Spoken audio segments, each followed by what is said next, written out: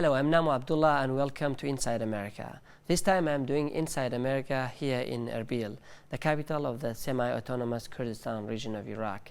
It's often said that wars can make nations. A notable example is the United States of America, which came into being as a result of the American Revolution of the last half of the 18th century. Not all national struggles, however, have borne fruit. For nearly a century, the Kurds, estimated at some 30 million people, have waged wars after wars for their liberation from repressive governments in Iraq, Turkey, Iran, and Syria. They have never achieved statehood. But over the past decade, Iraqi Kurds have made unprecedented advances in northern Iraq. The semi-autonomous region enjoys a degree of stability and economic boom that remains a dream for most Iraqis. Baghdad has little or no control over how the Kurdistan Regional Government runs its domestic and even foreign affairs. Kurdistan's achievements are coincides with its discovery of significant oil fields that have turned the region into an economic hub for regional and global oil companies, including Exxon-Mobil, Total, and Chevron. Turkish firms own the lion's share of investment in Kurdistan. So can oil get the Kurds an independent Kurdistan? Joining me to discuss the subject here in ERBIL is Haure Mansurbek. He's the Vice President of Soran University. Haure holds a PhD from Uppsala University. He has worked for several international companies, including Total of France. He's currently the Vice President for Scientific Affairs at Soran University in Iraqi Kurdistan. In Washington, D.C., Denise Natali is joining us. She's a prominent expert on Kurdish nationalism in Iraq and Turkey. Denise, currently teaching at the National Defense University, is the author of, most recently, Kurdish Quasi-State. David Romano, a professor of Middle East politics at Missouri State University, is joining us live via Skype. David is a weekly columnist for Rudaw. He's the author of the Kurdish nationalist movement. Michael Ganta is a prominent writer on the Kurds in Iraq and Turkey. He has written several books, including most recently Kurds Ascending. He's joining us live from Tennessee. Thank you so much all for joining us today for talking to Rudaw. Denise, I would like to start off with you. Your recent book, The Kurdish Quasi-State. Can you tell us what do you mean by that? Yes. First, thank you, Namo, for the invitation. It's nice to be talking with you again about this important subject. When I wrote the Kurdish quasi-state, by quasi-state I meant not in the Jacksonian sense of a state with external sovereignty but weak internal sovereignty, which would be the equivalent of today's failed states, but these new types of regions in the world that don't have the formal status of statehood, that is external sovereignty, but all of the trappings or the characteristics of a state through large internal sovereignty.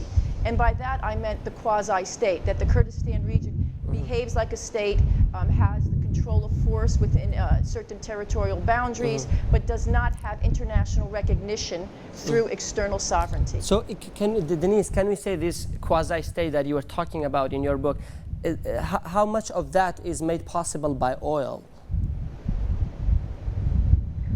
Yeah. I don't find any correlation, certainly no causation, between oil and quasi-statehood.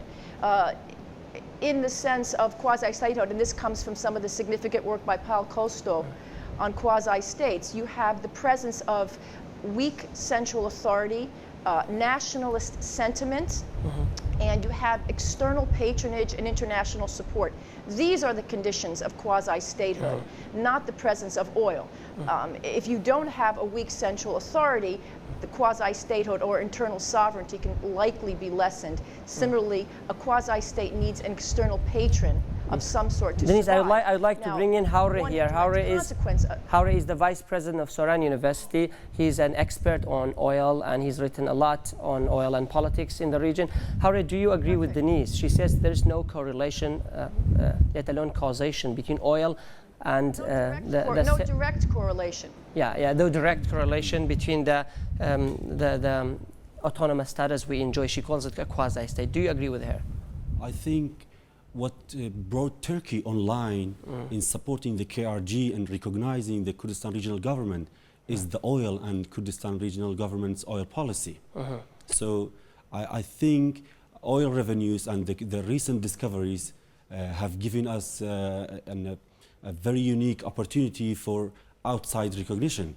So I definitely believe that oil revenues and the current activities by international oil companies such as Exxon-Mobil, Chevron. So, by the way, Chevron yesterday cut a very strategic deal with the KRG. And Chevron, as we know, it's a very conservative oil company.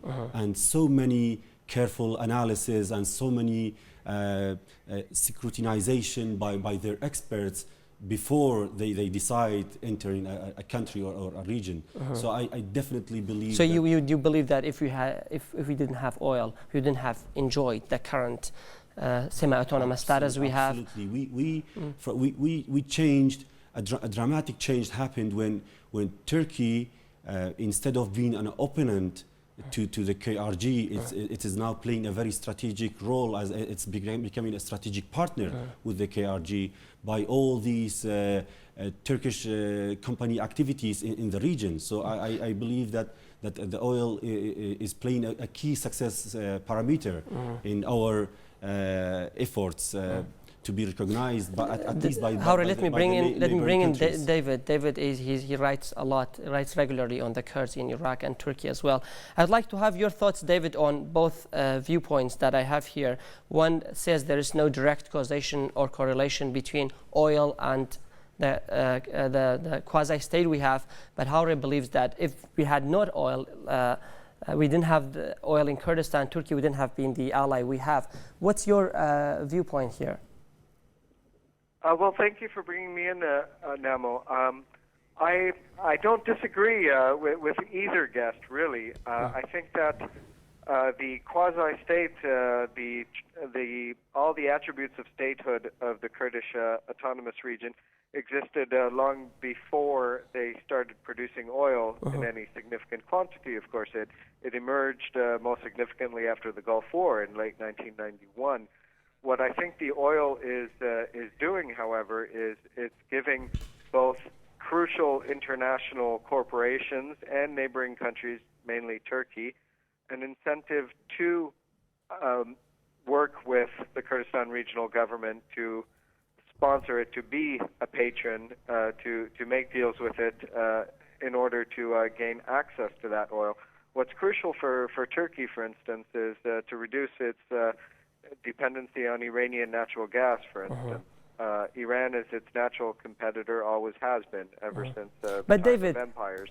But if it can become a patron of the Kurdistan Regional Government and have this smaller entity as one of its clients and shift some of it. But David, Turkey used to be an enemy of the Kurdistan Regional Government, or in other words, it actually. The nationalists in Turkey used to see Kurdistan as an existential threat to its territorial integrity. Things seem to have completely turned upside down. One I think can easily make a correlation between the amount of investment that the Turkish companies are doing in Kurdistan, and especially they're doing a lot of investment in oil, in the oil sector, and there's a pipeline being built now between Kurdistan and Turkey, and the stability we enjoy, the prosperity the Kurdistan region has achieved over the past decade. Absolutely. Is there a question for me there, or? Yes. I mean, can you elaborate on that? What do you make of that statement that I just made? Well, the pipeline that's near completion that could bring Iraqi Kurdish oil to the Turkish market without going through the Iraqi national pipeline, in other words, without going through Baghdad's control, is a crucial game changer in some sense, in that if the Iraqi Kurdistan Regional Government plays its cards right, it has more than one option after that. I can't hear Michael. I can't hear David. I think I've lost your connection. But let me move to Michael. Michael, you've written a book titled "The Kurds Ascending." Can you make that clear to our viewers? What do you mean by that? First of all, say that the KRG is a classic rentier state. That means it is almost totally dependent on oil. The KRG is going to need more than oil to successfully become independent. It is going to need an ally or allies. I think Turkey is the most logical ally for all the reasons you know. The United States has to be on board for this, and maybe in time even Baghdad, Iraq will approve. But right now, look, right now, the KRG has the best of both worlds. It has the advantages of independence. It makes its own decisions, largely, without the disadvantages of independence. That would be opposition from the neighbors and the United States, and also by being part of the larger Iraqi market, this is good. Now, I think there are so many problems in the KRG now. First of all, though, the Syrian civil war. The civil war in Syria is challenging state boundaries, creating refugees. The Salafist violence against the Kurds in Syria may spill over against the KRG. Maybe the KRG will even have to go into Syria to defend Syrian Kurds. You know all the other problems. There's no full-service banking, nepotism, corruption, lack of transparency. If you actually went to war against Baghdad, I know the Peshmerga are very brave and very powerful, but look, KRG lacks the heavy equipment and the air force that Baghdad would have. I think the KRG would be an easy target from the air, as most of its population now is urban areas. I think Barzani, Masoud Barzani, has been very wise to go slowly on this issue of independence. Denise, Michael pointed to some interesting issues that we have. So oil doesn't seem to be a blessing always for the Kurds either. I mean, it's been a curse for many nations. Can you talk to the problems that the Kurdish people are facing as a result of oil in Iraq? Sure. I fully agree with Michael. I mean, he laid it out so clearly and succinctly. First, I want to make one comment. Not to be an academic nitpick, but you created a false dichotomy between whether oil means statehood or it doesn't. I don't mean oil is an independent variable because it encourages external patronage, which supports quasi-statehood. But you can, if there was another resource or another means of an independent revenue source, and for me, I would say an independent revenue source is one of the key elements that would encourage statehood, not necessarily oil. Now, back to one of the side effects or the unintended consequences. Again, Michael got at it when we're talking about rentierism. And we can't even say the Kurdistan region isn't a rentier state completely, because it is an indirect rentier quasi-state through Baghdad, because about 95% of its revenues are still coming from Iraqi oil rents. And as we've seen in other rentier states in the Gulf and the Middle East, and this depends on the percentage of your revenues in which oil comprises. And in the Kurdistan region, the dangerous part is that oil exports, whether Baghdad's revenues or the Kurdistan regions, comprise over 95%, making the region highly dependent, not only on international oil prices, but because this is a landlocked energy state, and we've seen some of these processes in the Caspian. The Caspian states are also landlocked energy states. But these problems are not just to their foreign policy. These problems are not exclusively Kurdish problems. I mean, other oil-rich states have those problems, but they still enjoy prosperity. You're asking me two different questions. There's prosperity, and then there's losing your autonomy, okay? And as a landlocked energy state, you will have to make compromises so that at least your foreign policy has been compromised, and this has happened in the Caspian with Russia. Domestically, here's what I see in the Kurdistan region, which is worrying. That is to say, because of the lack of transparency. Because unlike the Gulf, in the Kurdistan region, one day oil wealth came, but nearly every family in the Kurdistan region has a martyr, has a peshmerga. So the families in Kurdistan didn't wake up and just say, like the Gulf, we're wealthy, here, monarchy family, take care of us. The families in Kurdistan are saying, hey, we are part of this wealth. We own part of this wealth because we fought for this wealth. So you have an undercurrent that I see in the Kurdistan region among the people that is starting to question where the oil revenues go to. We want part of it. What does that mean? It means we want more subsidies, greater expectations of the Kurdistan region to provide, and then you have increasing dependence, rentierism of the local populations. If you don't have an alternative revenue source, then you're going to get into this cycle of dependency and the Kurdistan Regional Government having to provide its local populations. What's the danger? If you don't have money to do it because the expectations are so high. Deniz, I mean, many people totally agree with you that we have corruption, we have rentierism, we have all of these problems. But the question is whether these problems may inhibit us from declaring a state in the region. You see, I mean, you're talking about dependency, but the more we become dependent on Turkey, the more it seems at least, the more we enjoy prosperity, the more we're likely to. No, look at there's two. No, you're making a causality. You're looking at this in solely economic terms, and you're not looking at it in political and geopolitical terms. One, even if you had an independent revenue source, there's an issue now. It's become far more complicated because oil is now mixed in with land.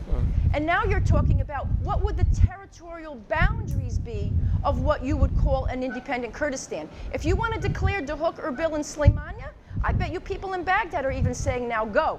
That would save us $13 billion a year. But now we're talking about Kirkuk and Mosul or Nineveh. And the problem, again, this is not normative, but what would your boundaries be without getting into an all-out conflict with other Iraqi populations claiming that these territories are also theirs? Secondly, who would recognize let me hold you for a moment there on that point. State? I'd like to bring in how Deniz mentioned so many very interesting points, including, let's say if we declared independence tomorrow, how can we fund our state? Yeah, first of all, I have to tell Deniz that the oil industry in Kurdistan is a new industry.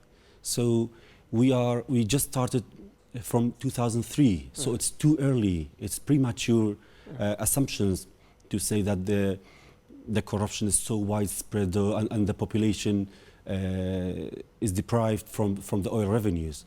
And we are still in the stage of exploration. Actually, the production stage hasn't started yet. I mean, if Baghdad cuts the 17% share we get, share of the Iraq's total oil revenue we get, you think in the long run we will be able to depend on our own oil? It depends on our relationship with Turkey. And how many years? I know now the Kurds have been given a golden opportunity, and they proved to be an excellent neighbor.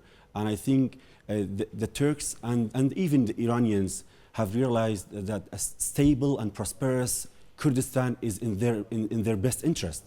And I think the Kurdish oil policy has helped in internationalization of the Kurdish cause. And I think even the peace process in Turkey was in one way or another triggered by the Kurdish oil policy. Harry, I'd like to bring in David now. I mean, you mentioned the Kurdish oil policy. David, the kind of contracts that the Kurdistan Regional Government has signed with dozens of oil companies, including Exxon-Mobil of the United States and Total of France, these contracts are called production sharing contracts, and they are more favorable for these companies. However, says they have the KRG's oil policy has internationalized Kurdistan, has brought Kurdistan on the international map. So, do you agree with him? Yes, I think the Kurdistan Regional Government is well known for giving more favorable terms to the oil companies it signs production sharing agreements with. And that's because the issue isn't just economic, it's political. They needed to attract these companies to gain a measure of security. I remember one comment by a well-known Kurdish leader that Exxon was worth more than an American division of soldiers after it signed a contract with the KRG and established exploration operations within Iraqi Kurdistan. In Baghdad, the deals are less favorable to the companies and harder to sign and more complicated to maintain. So this has been a very important strategy for the Kurdistan region to gain international exposure, acceptability, and stability. So, but I think Denise might disagree with you. Denise, do you agree that the PSAs, the production sharing contracts that the KRG has signed, are better for the Kurdistan Regional Government and for the Kurds? I would absolutely agree with David and Professor Howery. This is clear that regions that have no expertise or background or are just newly discovered oil industries, they absolutely do need to create production sharing contracts. The problem, and what I've been very wary about, is one, contract sanctity, and two, and I've been asking this question for 6 years, is who will pay? If Baghdad will not, and it's highly unlikely Baghdad or the Iraqi parliament will recognize the Kurdish PSCs in their current form, and certainly the TSAs aren't agreeable, what kind of compromise can be made? Because they will not, and they haven't been paid. So my concern would be who's going to pay these contracts? And secondly, what you see is not necessarily what you get. And there have been, let's say, modifications of the PSCs as of late to include increased capacity building clauses so that some of these attractive benefits are actually can be declining by 30%, because now you're having added capacity building responsibilities that the companies are obliged to pay as well. But they haven't gotten yet into the full production. There's only a couple of companies fully producing, and the time will come, not now, there's some time, that they will need to be paid. So they are attractive and wooing, and I completely agree. But the challenge will be recognizing them in their full content, and so that the profit oil will be paid for, recognized and paid for. Michael, you've written a lot on the Kurds in Iraq and Turkey. And you know, Turkey for a long time used to be very antagonistic to in terms of recognizing Kurdish rights in Turkey. The Kurds for a long time were considered mountain Turks. Can we expect, I mean, there has been a huge shift in Turkish policy vis-a-vis the Kurds. Can you expect anytime soon that Turkey might recognize a Kurdish state next door? Turkey does not want a Kurdish state that's independent.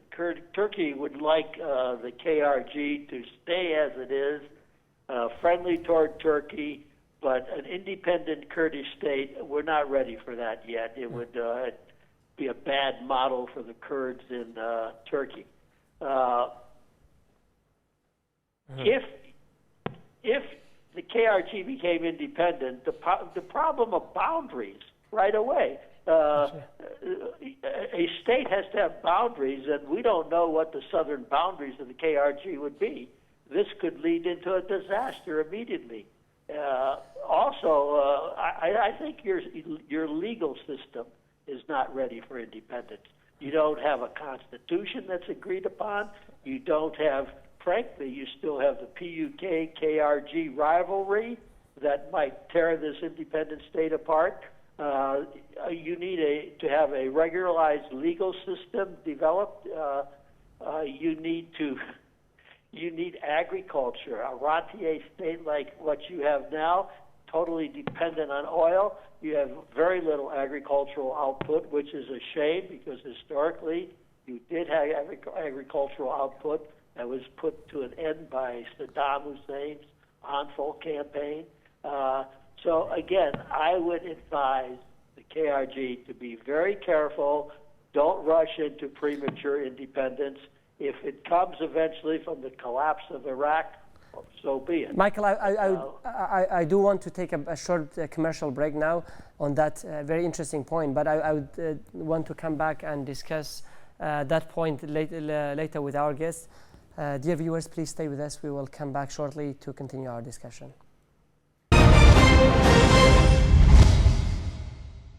Hello, welcome again to Inside America. We're discussing whether oil can get the Kurds independence. David, I would like to come to you now. Michael mentioned some very interesting problems that the Kurdistan region has, some domestic problems. But can these deficits, these democratic deficits, if you wish, inhibit the Kurds from declaring an independent state? No matter how much oil we have, no matter how much that Turkey needs us, no matter how much oil companies want to come to Kurdistan, these democratic deficits we have in Kurdistan, can they pose a big challenge to the Kurdish dream of independence? Well, certainly, but this is always a work in progress. 100 years ago, Max Weber was writing about how every government authority rests on a combination of coercive force, patronage, and legitimacy. And the Kurdistan region is no different. I see the cup half full. I see the Kurdistan region moving more and more up the Weber's pyramid towards, patronage and then legitimacy. There is significant legitimacy of the Kurdistan Regional Government, and it's got a media that's still increasingly able in many ways to criticize issues about corruption, lack of transparency, and this is how you segue into a government that's more responsive and effective. This takes time. There's no substitute. The institutions require practice, perfection. There needs to be scandals exposed by the media and so forth. So, David, you were saying we can have a state and still have those problems. Those problems can be like delayed and can be resolved after we declare independence. Is that the point you're making? Well, if necessary, they might be able to. Any unilateral declaration of independence is intrinsically very risky, and it could lead to the armed conflict and risk that both Michael and Denise are warning about. I very much agree with them about that. I will say, though, that ironically, if Baghdad had been a bit more flexible in actually signing a hydrocarbons law for Iraq that was acceptable to the KRG as well, the push factor, pushing the KRG towards independence, would be much lessened. In fact, they'd be attracted to stay within Iraq much more because they'd be dependent on that oil law to secure future revenues. But the failure to sign a hydrocarbons law is one of the factors pushing Iraqi Kurdistan towards secession. However, we have a lot of oil, and it has in some ways benefited us. But also, as I think it was Michael who pointed to the fact that we have almost completely shifted our attention from other sources of economy, like agriculture. Isn't that really bad for Kurdistan to be completely dependent on oil? Yeah, it is bad, but I think it's too early to make such conclusions, because I mean, as I said, the oil industry of Kurdistan dates back to 2003 when DNO, the Norwegian oil company, started to do exploration in Tauke area near Zakho. So this is first. So we have to wait and see for a number of years to see where we are heading. But I wanted also to comment on Denis's assessment. We cannot be more worried than the oil companies themselves. We cannot be more concerned than Chevron, than Exxon-Mobil, than Total, than all the giant oil companies who are interested, which are interested in investing in Kurdistan. So as I said, what do you mean we can't be more worried? In what ways? Because we have endorsed production shared contract, and according to this model of contract. Denise agrees that the production sharing contracts are good for Kurdistan. According to this contract, all the risks are taken by the oil companies. So the KRG is not taking any risk. We only share when they find oil, when it's time to share the revenue. So the only risk within these production shared contract is the political risk, actually, when Baghdad is threatening not to pay. So this is part of the risk that these oil companies initially were ready to take. And I think this is a very crucial point. I mean, as I told you, Chevron, in particular, is a very conservative. So many discussions like this discussion which we are now carrying between these the international company experts and economic analysts and the politicians and so many hidden brains behind the decisions of these oil companies to come to Kurdistan. So I think Denise, like in Iraq, I'm sure you are very aware of that. There's a lot of tensions between Baghdad and Kurdistan over the oil contracts that Kurdistan Regional Government has unilaterally signed with a number of oil companies. Howrah says that these companies are not more worried than we are. They know they are. I mean, if I paraphrase what he said, they expect a better future for Kurdistan. That's why they come to Kurdistan. Is that the reason? Why do they come to Kurdistan despite all the objections that Baghdad has? Sure. Howdy's statements are right on. I mean, I agree with him. And these are calculations. This is political risk analysis. I can't get into every company's dossier, but you have to look at each company individually. Small companies come in, wildcatters come in for different reasons, medium-sized companies, and large companies can come in because they don't have to be paid immediately, and they can wait for 20 years, 15 years. These are long-term investments. But you can be sure that PSCs do something very important, and they allow companies to book reserves, which means that's good for shareholders. So everybody has their reasons, and at the end of the day, even if you don't produce and get your oil out, you can flip your field over, or there's mergers and acquisitions going on, so everybody can in some way make a profit. But at some point, my question still remains. And so I agree. Who will pay eventually? And will there have to be compromises in the nature of the contracts? I do want to make a point about Namo. You made a statement, and you know I hear this often. Turkey really needs us. Baghdad really needs us. And here I think the Kurdistan Regional Government, if you are solely reliant on one transit route, and this is what happened in the Caspian, except for Azerbaijan. The risk of being reliant on one transit route is that you can't have actually the same type of blockage that you can have with Baghdad. Do you have an alternative route to Turkey? Your oil. Well, like I said, this is why you have to be subtle and keep as many of your options open, but to put all your eggs in the Turkey basket. And remember, many of these deals are personal deals. My question would be, what happens if Prime Minister Erdogan isn't here one day? But you also have to look, it's not your oil that Turkey needs, it's your gas. And you're not the only producing region that's producing gas. Azerbaijan, and that's a state. You have the East Mediterranean Basin.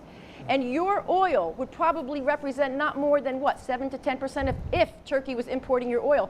Turkey can turn the faucet off any time.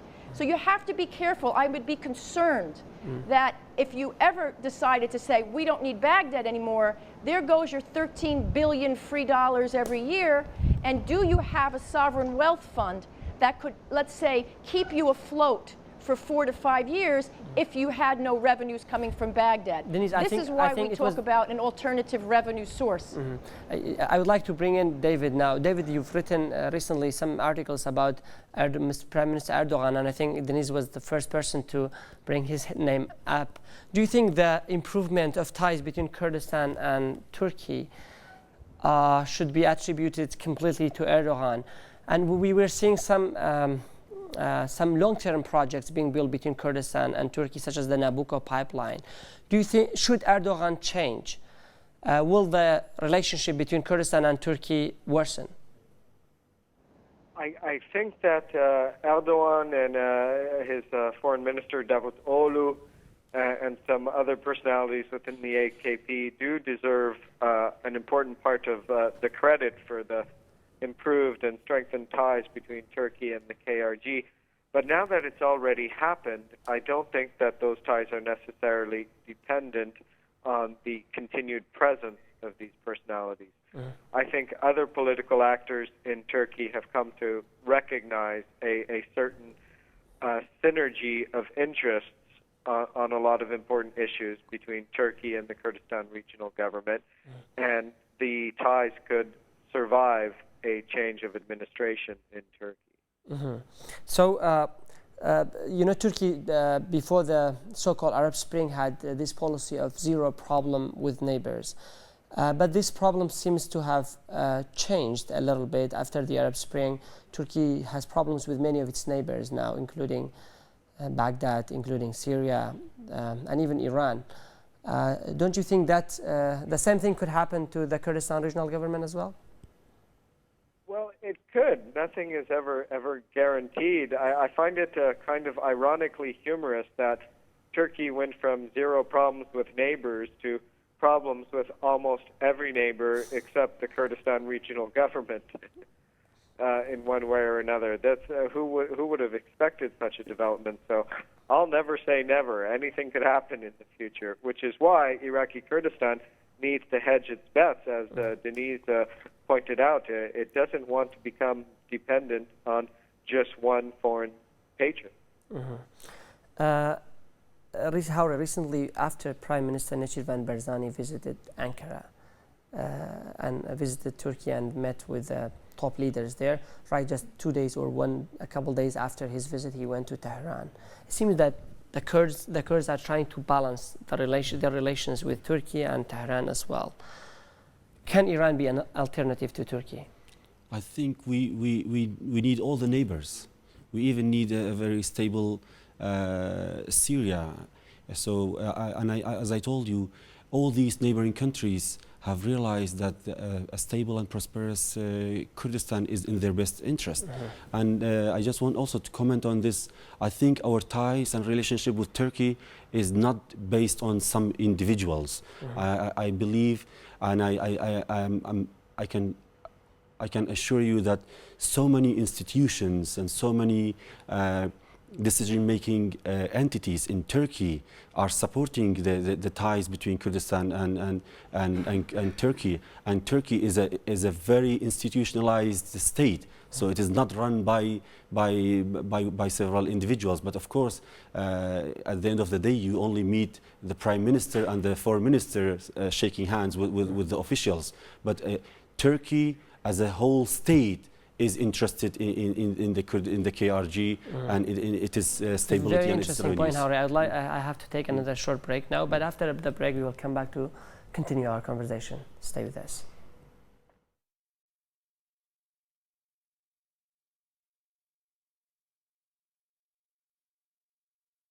Yalla.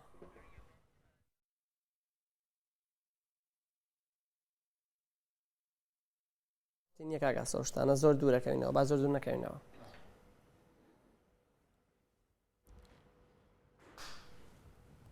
يلا can you resume؟ بینه و کاکا.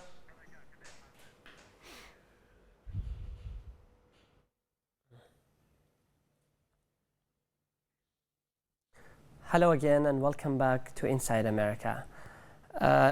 Denise, I would like to come back to you and ask you a question about gas. The Kurdistan Regional Government and Minister Hawrami has made some estimates that we have, I don't know, trillions of cubic meters of gas. And the Kurdish leaders have boasted about that and said that even Europe could one day be dependent on Kurdistan. What do you make of that? Yeah, you have to be really careful. Clearly, there are gas reserves in the Kurdistan region, but I'm going to go back to politics. Not only the politics between the Kurdistan region and Turkey, and I have to say, I have to interject, certainly Turkey is institutionalized, but there is a growing opposition, and the red line is circumventing Baghdad to import directly from Turkey. And this has not passed through the Turkish parliament, and Erdogan has an election, and there are certain opposition groups, strong ones, that are still not willing to circumvent Baghdad, and that is why you still don't have a license to import directly from the Kurdistan region. Gas is the element, not as much oil. But again, will Turkey, one, does Kurdistan region have sufficient reserves? Nabucco is dead. There is no more Nabucco. At least what's left is Nabucco West. Secondly, the pipeline turned from gas to oil is some kind of indicator that you're now at a point where you're focusing on oil, not the gas. Third, there's a very big difference between the Kurdistan region sending its gas to Turkey for domestic use and sending its gas to Turkey as a transit company to Europe. Turkey at this point still hasn't signed the transit energy agreement regime.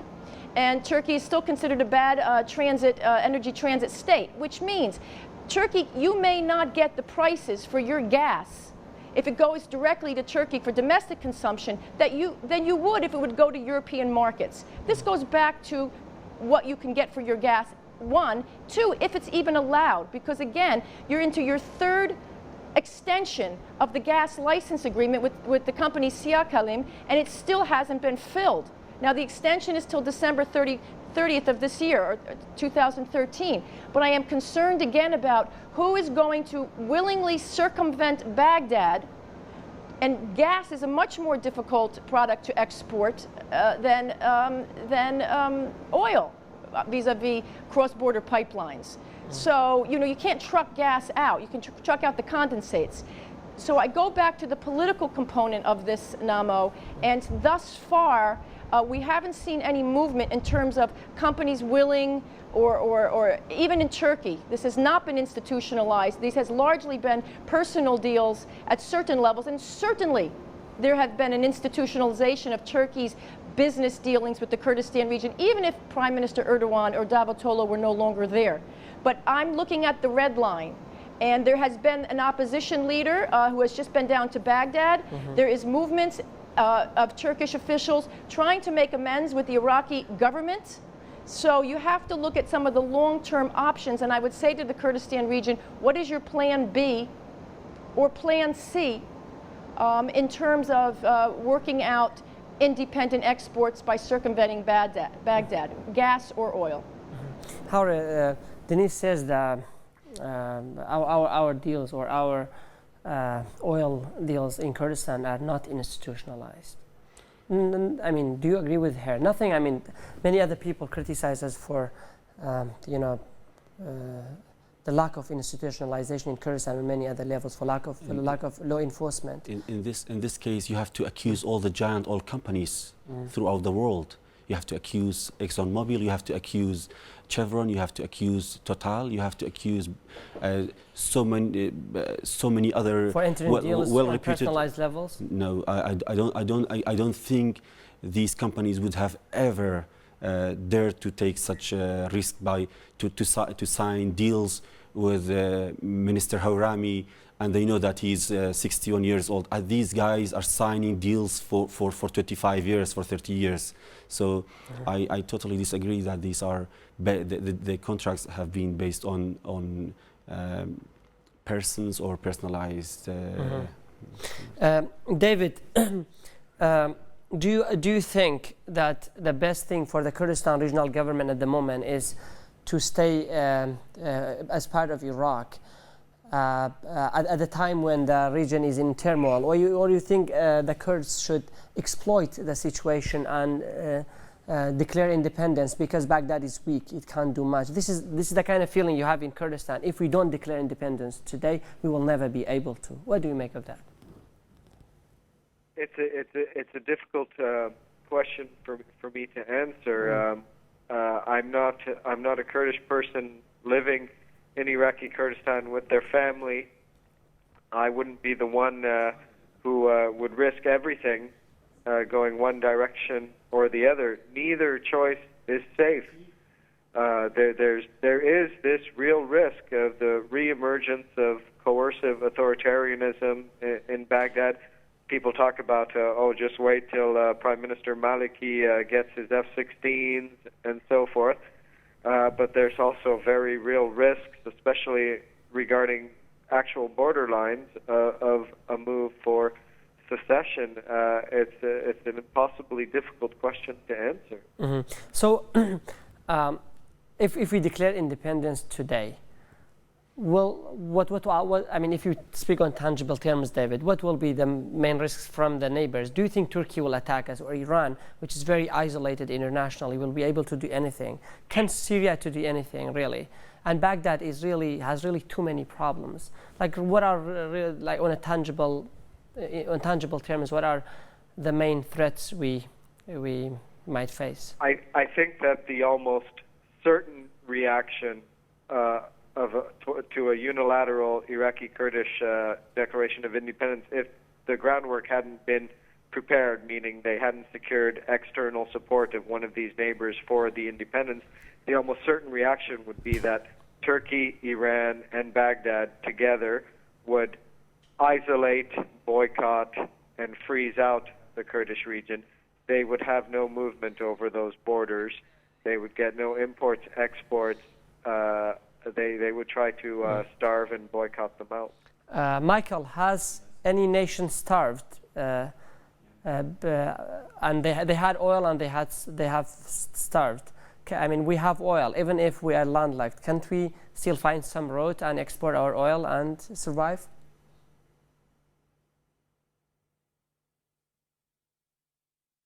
Michael, can you hear me? Yes, I hear you. Can you hear me? Yeah, my question was whether any nation which has oil can really starve. Even if we had landlocked, we could... Yes, you cannot eat oil. You cannot drink oil. Yes, you could starve. Let me tell you this, though. We are all telling you it is premature to be independent. However, the Syrian civil war is challenging the Sykes-Picot boundaries that were set up in the Middle East at the end of World War I. I am telling you that even though you don't want independence, you should also prepare yourself for independence, because the boundaries are collapsing. Iraq might collapse, and even though you don't want independence, and we are advising against independence, you should be ready for independence. It may be thrust upon you, and if that happens, I think the Turkish alliance is very good for another reason. Turkey is drawing close to the EU. If Turkey joins the EU, 50% of the Kurds in the world automatically will be in the EU, and if the KRG is allied with Turkey, the KRG will become a de facto member of the EU, and all this will feed you and be very good for you. So be ready for independence, even if you don't want it right now. Denise, even if Baghdad allows us to be independent, it may never allow us to take Kirkuk. Is that right? Namo, can you say that again? I couldn't hear you. I said even if Baghdad agreed at some point to allow us to secede from Iraq, it will never accept us to be independent with Kirkuk. Do you agree with that? I don't look at it this way. I don't necessarily see any process as forward moving. Look what happened in Iran. This is not weakened state boundaries don't necessarily turn into the destruction of old states. You may just have a continuation of the status quo for decades to come, which is very weak Middle Eastern states in which Kurds control their own boundaries, but not necessarily have their own states. That's what I see. But secondly, if you ask many people in Baghdad, I don't think that they're very upset to say the Kurdistan region wants to leave. They'll say, go. That means we save $13 billion. My advice or concern would be, how would you sustain your state? So therefore, if you were to have $13 billion cut off tomorrow, if you were to go, because you certainly couldn't reap the benefits of being in Baghdad, do you have a savings account? It's like a kid, leaving their parents. I would say, do you have a savings account of 5 years, at least a minimum of $13 billion per year to sustain what has become a highly consumption-oriented social welfare quasi-state. It takes a lot of money these days to sustain the Kurdistan region and its populations.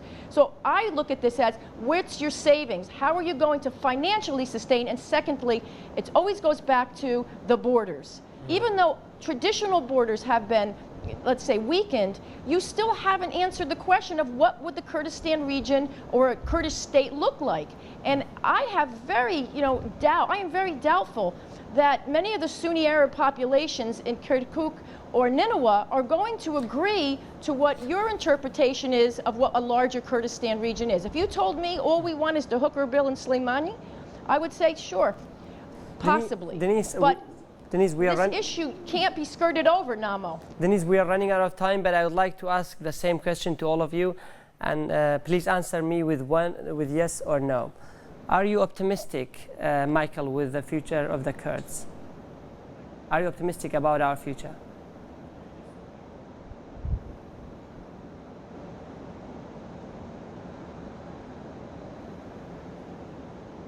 Michael, did you hear me? Yes, I am very optimistic. The Kurds are ascending. David? Optimistic as well, but any change usually involves some pain as well. Denise? Guardedly optimistic, but on the domestic front, no. I'm very concerned about what is happening politically inside the Kurdistan region. I'm concerned that there will be some type of social upheaval in the future if your political system continues in the way that it is going right now, which was greater oil revenues and greater political closure. Thank you, Harry. Are you optimistic about the future of the Kurdistan region? I have many reasons to be optimistic, yes. Thank you so much for all of you. Denise Natali, a National Defense University professor and a prominent expert on the Kurds. Michael Gunter, a prominent expert on the Kurds and the author of most recently Kurds Ascending. David Romano is the author of the Kurdish Nationalist Movement. Haure, thank you so much for joining us here in Erbil as well. Dear viewers, thank you so much for watching. Until next time, be well.